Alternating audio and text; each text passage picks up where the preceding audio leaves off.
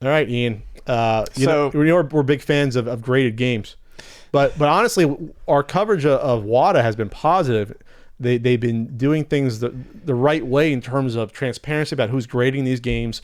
It's run by people in the community that are trusted.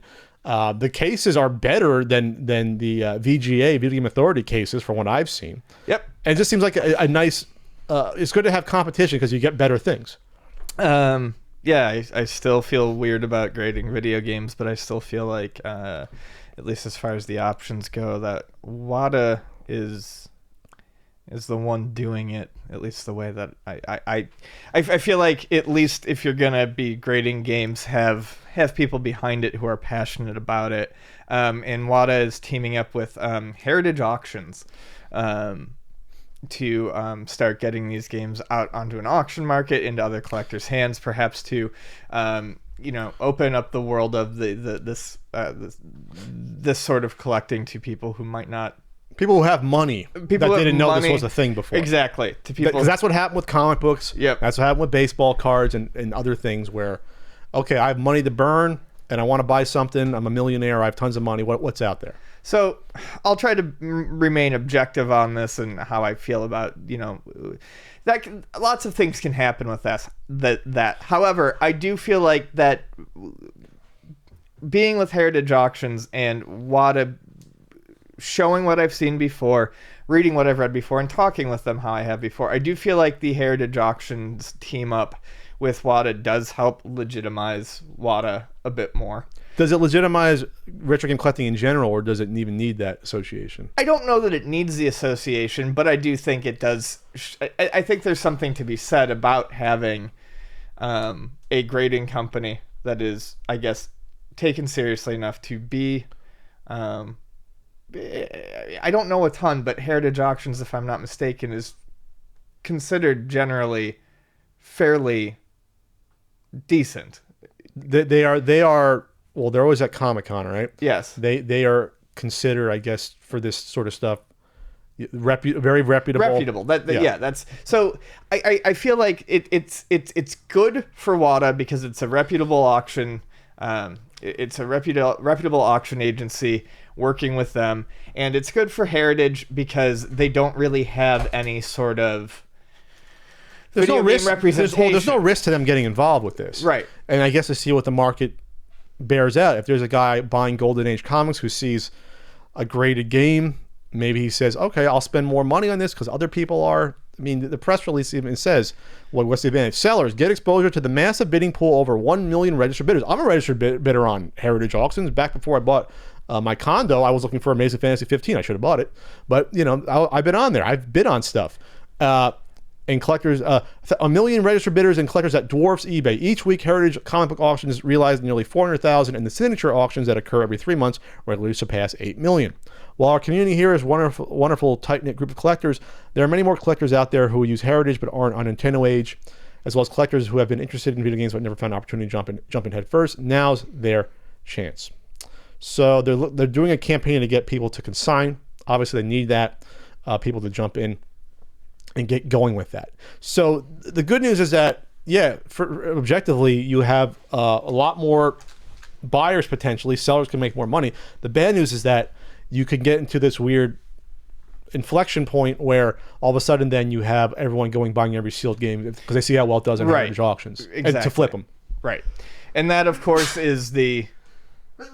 that's where a problem can occur, and that that did occur in places like comics and in other areas of memorabilia and collecting and things like that. But I don't know, as far as the partnership between them, or WATA doing this with Heritage Auctions, as far as they're grading their cases, what they what am I trying to say, their standards, at least on that level, I'm behind WATA. I think for a lot of this, doing the Heritage Auction stuff, I think a lot of it is optics as well. It makes them look more prestigious, and a lot of this business is optics. I understand they've eaten VGA's lunch. Yeah, in less than a year, which is great. That's fine. I'm happy with that. Absolutely, because we still don't know who does the grading at VGA for the games. It all goes back to me having an extreme distaste for the process at VGA being freaking magic. It's in a black box. It's magic. Yeah. So this is interesting. I am interested in seeing what prices these things get, what goes up there. Now that it's going to be through heritage auctions, are we going to see suddenly, box copies of games that no one cares about, but that have, say ties to movies or comics suddenly going for more? I mean, that's something that I'm interested in seeing. Like, so will NWC go up on there and go for $250,000? Like, will we see those things? Will we see a sealed Super Mario Brothers, instead of going for $30,000, go for $500,000? Will we see these jump ups in price? Will a sealed Terminator go up there and get more than it should because, I don't know, there's Hot Arnold merchandising going on up there at some time, or something comic related get more than it normally would? Because do you get what I'm saying, though? Just because it's being exposed to a new audience that collects different stuff. Even if 90% don't care about it, 95%, you might have some people say, "Oh, I'm interested. I want it because I have more money than I can spend. I'll pick this shit up." Yeah, it's just exposing stuff to a new people that maybe they don't know. I will caution it with, though, that in terms of it's a totally different medium than comic collecting. Yeah. Comic collecting is so much easier to get a handle on. Coin collecting is easier to get a handle on. Anything else, video games is probably the hardest thing to wrap your mind around, because due to the amount of different systems, the rarities in each system. It's not like, there's rare comics you have to discover. Yeah, but it's a limited. The amount that people are actively searching for at one time is so much more than with the video games. It just is. The ones that people have to worry about. And plus, in terms of the new systems constantly coming out, the new comic books, I'm sure some come up on Heritage. I haven't seen in a while, but it's mostly Silver and Golden Age and some Bronze Age stuff. That stuff, we know what the stuff that are the people want. That's not changing. With video games, it's changing every few months.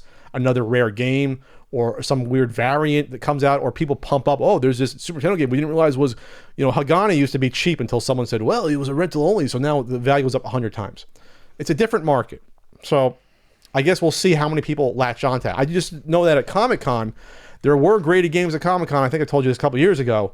And then they weren't there after that 1 year. Sure. They just weren't. Because I wonder if they realized that, well, we don't know what we're doing, or we don't know, maybe there's a much smaller audience for this stuff than we think. Yeah, and game grading was younger then, too. I mean, maybe it needs to get its foothold. I don't know.